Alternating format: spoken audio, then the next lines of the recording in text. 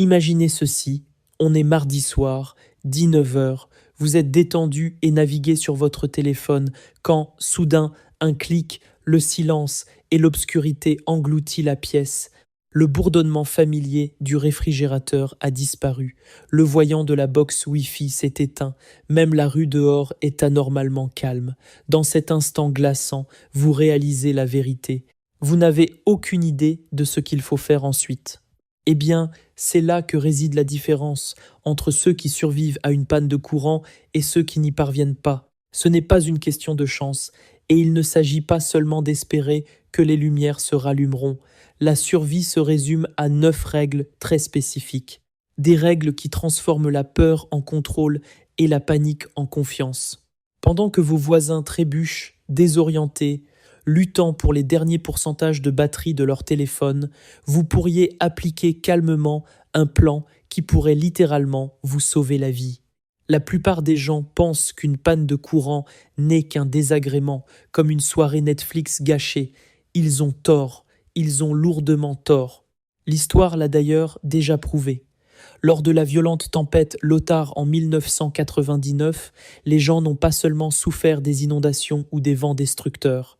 Beaucoup sont morts de causes telles que l'intoxication au monoxyde de carbone, l'hypothermie et la déshydratation.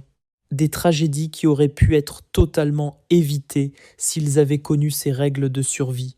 Et c'est pourquoi vous devez être très attentif, car lorsque le réseau tombe en panne, la première erreur que font les gens est de traiter la situation comme une pause temporaire dans leur vie normale.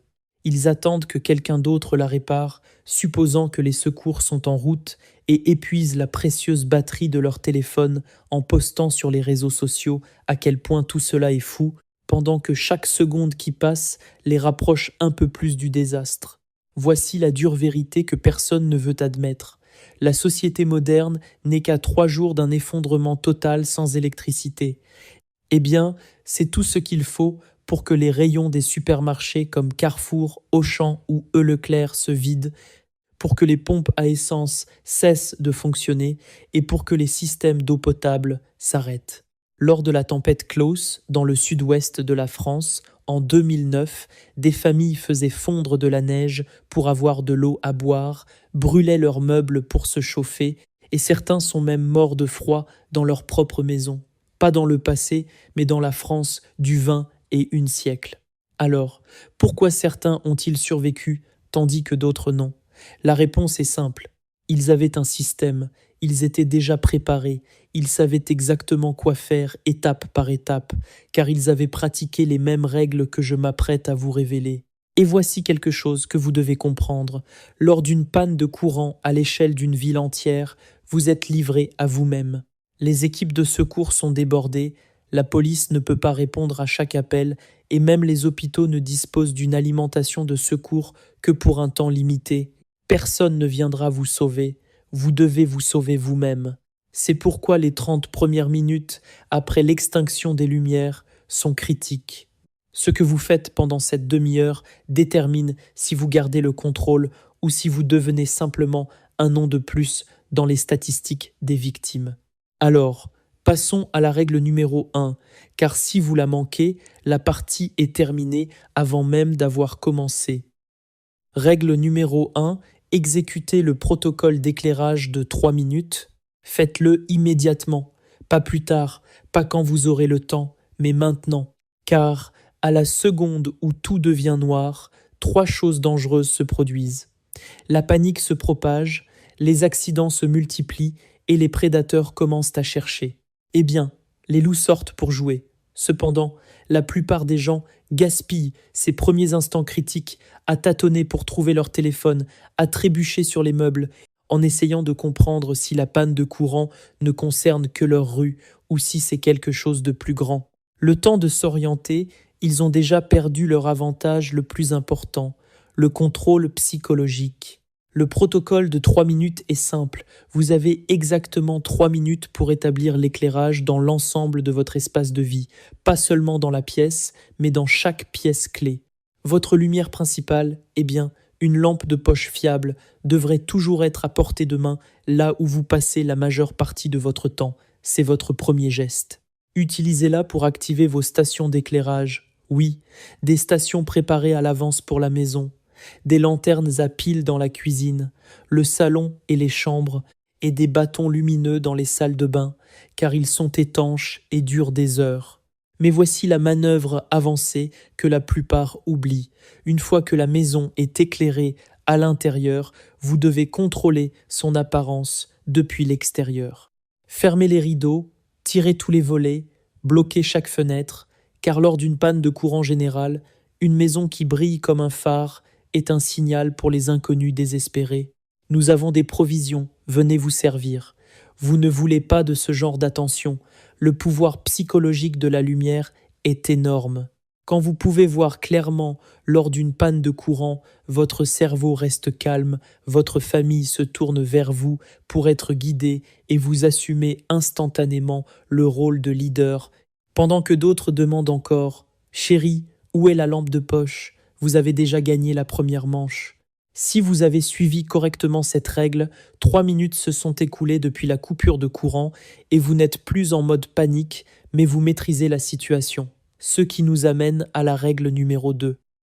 Règle numéro 2. La stratégie de la forteresse d'eau. C'est la prochaine étape à franchir dans les 10 premières minutes de la panne de courant. Car, après la lumière, la ressource la plus urgente est l'eau. Et votre chance de la sécuriser disparaît rapidement. Pensez-y un instant. Vous ouvrez le robinet au milieu de la panne de courant et l'eau coule encore. Cela semble être un soulagement, n'est-ce pas? Mais voici la dangereuse vérité. Ce n'est pas parce qu'elle coule maintenant qu'elle est sûre ou qu'elle continuera de couler longtemps. Les stations d'épuration dépendent de l'électricité et, sans elles, la contamination se propage rapidement. Ce qui semble être de l'eau potable propre aujourd'hui pourrait se transformer en un mélange toxique demain.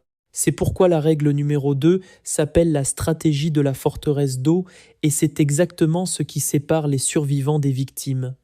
La première chose à faire est de tout collecter. Remplissez la baignoire, remplissez les éviers. Chaque casserole, carafe et seau de la maison devient un réservoir. La baignoire seule représente entre 115 et 190 litres. Mais la collecte ne suffit pas. Vous devez traiter l'eau au fur et à mesure que vous la collectez. Eh bien, chaque litre doit être purifié. Mettez une pastille de purification d'eau ou, si vous n'en avez pas, utilisez de l'eau de Javel. Simple, sans parfum, 2 à 3 gouttes pour environ 4 litres, et il ne s'agit pas de goût, mais de survie d'ici 3 jours, lorsque la dysenterie pourrait frapper ceux qui ne sont pas préparés. Parlons maintenant des chiffres. Les mathématiques ne mentent pas. Vous avez besoin d'environ 4 litres d'eau par personne, et par jour, rien que pour boire. Ajoutez la cuisine et l'hygiène, et le chiffre réel est plus proche de 6 à 8 litres. Eh bien, si vous avez une famille de 4 personnes, cela signifie au moins 30 litres chaque jour. Pour une seule semaine, vous faites face à un besoin de plus de 200 litres. Soudain, cette réserve qui paraissait exagérée dans la baignoire ne semble plus si folle. Mais la forteresse d'eau ne consiste pas seulement à remplir des récipients, il s'agit aussi d'assurer des sources renouvelables. S'il pleut, utilisez des seaux, des bâches ou même un film plastique propre pour recueillir l'eau de pluie fraîche. N'omettez pas non plus le chauffe-eau, c'est une autre réserve cachée d'environ 190 litres. Tant que vous fermez la vanne d'arrivée d'eau avant que les tuyaux de la ville ne se vident.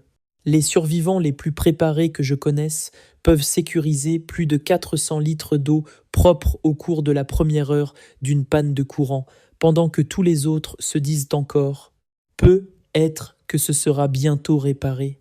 Règle numéro 3, le triage de la nourriture et la cuisine sans électricité. Eh bien, nous passons maintenant à la règle numéro 3. Celle-ci est brutale, car elle détermine si votre famille mange bien ou si elle finit par consommer des aliments avariés qui pourraient l'envoyer à l'hôpital. La règle numéro 3 s'appelle le triage de la nourriture et la cuisine sans électricité. Lorsque l'électricité meurt, votre réfrigérateur passe du statut de meilleur ami à celui de pire ennemi. Voici la réalité. Si vous gardez la porte fermée, le réfrigérateur peut rester froid pendant 4 heures. Un congélateur plein peut tenir 24 à 48 heures. Après cela, vous faites face à un terrain de reproduction pour des bactéries qui pourraient vous empoisonner plus vite que la faim ne le ferait jamais. Alors voici comment gérer la situation. Tel un médecin de guerre, vous triez vos provisions de nourriture. Étape 1. Mangez ce qui se gâte en premier, les restes cuisinés, les produits laitiers, tout ce qui contient de la mayonnaise. Utilisez-les ou jetez-les, car ces aliments deviennent mortels en 24 heures environ. Étape 2. Viande fraîche, poisson et volaille. Si vous pouvez les cuisiner, faites-le immédiatement. Si vous pouvez les conserver avec du sel ou par séchage, c'est encore mieux. Étape 3. Sachez ce qu'il faut jeter avant que cela ne vous tue. Parfois, la survie implique de renoncer à ce qui n'est pas sûr, peu importe à quel point vous détestez gaspiller la nourriture. Mais voici le véritable piège. La plupart des gens n'ont aucun moyen de cuisiner sans électricité. Toute leur cuisine rutilante est inutile. La cuisinière, le four, le micro-ondes, même la machine à café, plus rien ne fonctionne. C'est alors que la panique s'installe. Mais pas chez vous, pas si vous vous préparez. Un petit réchaud de camping portable au gaz avec des cartouches de combustible supplémentaires change les règles du jeu. Il peut faire bouillir de l'eau, cuire du riz, réchauffer de la soupe ou même faire frire un œuf. Utilisez-le toujours à l'extérieur ou dans un endroit ventilé, car le monoxyde de carbone vous tuera plus vite que la faim. Une autre option souvent négligée, un four solaire. Il ne cuira pas aussi vite qu'un four ordinaire, mais en utilisant uniquement la lumière du soleil, vous pouvez rôtir de la viande, faire mijoter un ragoût ou même cuire du pain. S'exercer à l'utiliser prouve d'ailleurs à quel point ce système fonctionne réellement. Voici une manœuvre avancée que beaucoup ignorent. Créer un plan de repas pour 72 heures en utilisant uniquement des aliments non périssables et votre équipement de cuisson alternatif. Exercez-vous tant que le courant fonctionne encore, car au milieu d'une panne de courant, ce n'est pas le moment de chercher des instructions à la lumière de la lampe de poche. Les soupes en conserve, les boîtes de cassoulet, de ratatouille ou de légumes, elles deviennent votre fondation. Le riz, les pâtes et les haricots ajoutent du volume et de l'énergie. Le beurre de cacahuète, les biscuits et les barres de céréales ne nécessitent aucune cuisson. Et voici la partie que tout le monde oublie, la nourriture réconfortante. Quand votre monde a été bouleversé, un simple carré de chocolat, une tasse de café soluble ou un bon biscuit peuvent maintenir le moral au beau fixe. Et en matière de survie, le moral est tout aussi important que les calories. Mais la nourriture n'est que le début. Lorsque les lumières s'éteignent pendant des jours, une autre dynamique invisible s'installe. Ce n'est pas quelque chose que vous pouvez voir, mais cela peut vous tuer en silence. Règle numéro 4. Gagner la guerre de la température. C'est ici qu'intervient la règle numéro 4. Voici la cruelle vérité. Perdre le contrôle de son environnement peut vous tuer plus vite que la faim ou la soif. La règle numéro 4 consiste à gagner la guerre de la température. Qu'il s'agisse de la morsure glaciale de l'hiver ou de la chaleur étouffante de l'été, une mauvaise stratégie peut transformer votre propre maison en un piège mortel. Commençons par le froid. L'hypothermie est un tueur silencieux. Elle ne vous frappe pas comme une crise cardiaque. Elle s'insinue lentement. D'abord vous tremblez, puis vous devenez fatigué, confus, maladroit, jusqu'à ce que votre corps s'arrête tout simplement. Lors de chaque panne de courant hivernal, des familles meurent dans leur propre maison parce qu'elles commettent une erreur fatale. Elles essaient de chauffer toute la maison au lieu de se concentrer sur la survie dans un seul espace. Voici l'approche la plus intelligente. Choisissez une seule pièce, de préférence la plus petite, et transformez-la en votre sanctuaire de survie. Isolée avec des couvertures, des bâches en plastique ou tout ce qui bloque les courants d'air. Voyez cela comme du camping en intérieur. Habillez-vous en superposant les couches, emmitouflez-vous dans des sacs de couchage pour basse température et utilisez des couvertures de survie. Eh bien, ne les enroulez pas seulement autour de vous. Accrochez-les aux murs et sur les fenêtres. Elles réfléchiront la chaleur vers votre espace, doublant ainsi l'isolation. N'oubliez pas que votre corps est un radiateur. Chaque personne génère environ 100 W de chaleur. 2 personnes dans une pièce hermétique peuvent faire monter la température de quelques degrés. Alors, ne vous dispersez pas, restez groupés. Ce simple choix pourrait faire la différence entre le confort et l'effondrement. Vous voulez une astuce de survie avancée? Utilisez la masse thermique. Chauffez des briques, des pierres ou même des bouillottes avec votre équipement de cuisson alternatif. Ensuite, apportez-les dans la pièce de survie. Enveloppées dans des serviettes, elles agissent comme des mini-radiateurs, libérant de la chaleur pendant des heures. Ne les placez simplement pas directement sur la peau pour éviter les brûlures. Inversons maintenant la situation. Que se passe-t-il si la panne de courant survient au beau milieu d'un été caniculaire? La chaleur tue silencieusement plus de personnes chaque année. Surtout lorsque le courant est coupé et que la climatisation s'arrête, votre maison devient un four. Pendant la journée, calfeutrez la maison, fermez les volets, les rideaux et couvrez les fenêtres exposées au soleil. Le papier d'aluminium ou les couvertures de survie fonctionnent parfaitement. Quand le soleil se couche, faites l'inverse. Ouvrez les fenêtres sur les côtés opposés de la maison pour créer une ventilation croisée. Faites circuler l'air avec des ventilateurs à piles ou même avec des éventails manuels si c'est tout ce que vous avez. Un léger courant d'air peut rendre supportable une chaleur accablante. Accrochez des serviettes humides devant les fenêtres ouvertes. À mesure que l'air les traverse, l'évaporation fait baisser la température de quelques degrés. Un autre conseil, les caves. Les espaces souterrains restent 10 à 15 degrés plus frais qu'à l'extérieur. Lors d'une canicule, votre cave est votre bunker de survie. Ces règles, de la sécurité du domicile à l'organisation communautaire, sont ce qui protégera votre famille du chaos qui s'installe inévitablement après les premières 48 heures. N'oubliez pas que, dans les premières minutes d'une panne de courant, la plupart des gens sont les victimes de leur propre impréparation. Ils attendent un sauveur qui ne viendra peut-être jamais. Vous, en revanche, avez maintenant un système. Vous avez transformé la panique en planification et l'obscurité en contrôle. Quand le reste du monde se demandera ce qui s'est passé, vous serez celui qui décidera de ce qui va se passer ensuite. Restez préparés, restez vigilants et, surtout, restez en sécurité.